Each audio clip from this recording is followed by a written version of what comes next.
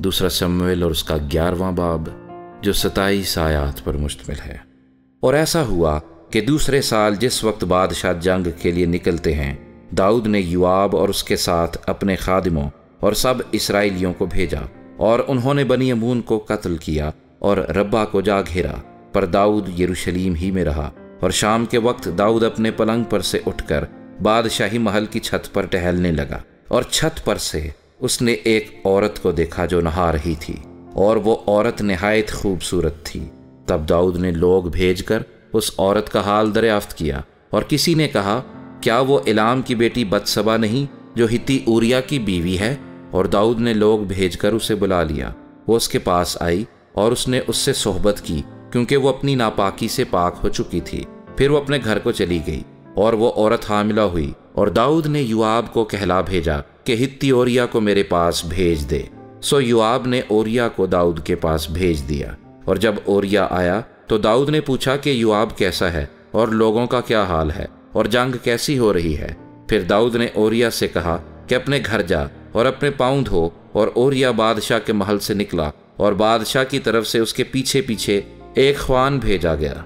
पर ओरिया बादशाह के घर के आस्ताने पर अपने मालिक के और सब खादिमों के साथ सोया और अपने घर ना गया। और जब उन्होंने दाऊद को ये बताया कि ओरिया अपने घर नहीं गया, तो दाऊद ने ओरिया से कहा, क्या तू सफ़र से नहीं आया? बस तू अपने घर क्यों ना गया? ओरिया ने दाऊद से कहा कि संदूक और इसराइल और यहूदा झोंपड़ियों में रहते हैं, और मेरा मालिक युआब और मेरे मालिक के खादिम खुले मैदान में डेरे डाले हुए हैं। तो क्या मैं अपने घर जाऊं और खाऊं पीऊं और अपनी बीवी के साथ सोऊं? तेरी हयात और तेरी जान की कसम, मुझसे ये बात न होगी। फिर दाऊद ने ओरिया से कहा कि आज भी तू यहीं रह जा, कल मैं तुझे रवाना कर दूंगा। सो ओरिया उस दिन और दूसरे दिन भी यरूशलेम में रहा। और जब दाऊद ने उसे बुलाया तो उसने उसके हुजूर खाया पिया, और उसने उसे पिलाकर मतवाला किया। और शाम को वो बाहर जाकर अपने मालिक के और खादिमों के साथ अपने बिस्तर पर सो रहा, पर अपने घर को ना गया। सुबह को दाऊद ने युआब के लिए एक खत लिखा और उसे ओरिया के हाथ भेजा। और उसने खत में ये लिखा कि ओरिया को घुमसान में सबसे आगे रखना, और तुम उसके पास से हट जाना ताकि वो मारा जाए और जान बहक हो। और यूं हुआ कि जब युआब ने उस शहर का मुलाहजा कर लिया, तो उसने ओरिया को ऐसी जगह रखा जहां वो जानता था कि बहादुर मर्द हैं। और उस शहर के लोग निकले और युआब से लड़े, और वहां दाऊद के खादिमों में से थोड़े से लोग काम आए, और हित्ती ओरिया भी मर गया। तब युआब ने आदमी भेजकर जंग का सब हाल दाऊद को बताया, और उसने कासिद को ताकीद कर दी कि जब तू बादशाह से जंग का सब हाल अर्ज कर चुके, तब अगर ऐसा हो कि बादशाह को गुस्सा आ जाए और वो तुझसे कहने लगे कि तुम लड़ने को शहर के ऐसे नज़दीक क्यों चले गए? क्या तुम नहीं जानते थे कि वो दीवार पर से तीर मारेंगे? युरबसत के बेटे अबीमलक को किसने मारा?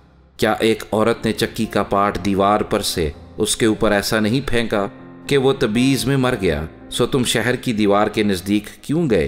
तो फिर तू कहना कि तेरा खादिम हित्ती ऊरिया भी मर गया है। सो वो कासिद चला और आकर जिस काम के लिए युआब ने उसे भेजा था वो सब दाऊद को बताया।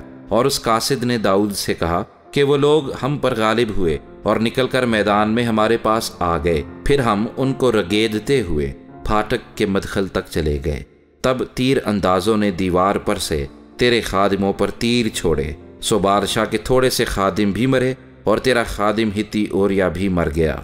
तब दाऊद ने कासिद से कहा कि तू युआब से यूं कहना कि तुझे इस बात से नाखुशी ना हो, इसलिए कि तलवार जैसा एक को उड़ाती है वैसा ही दूसरे को। सो तू शहर से और सख्त जंग करके उसे ढा दे और तू उसे दम दिलासा देना।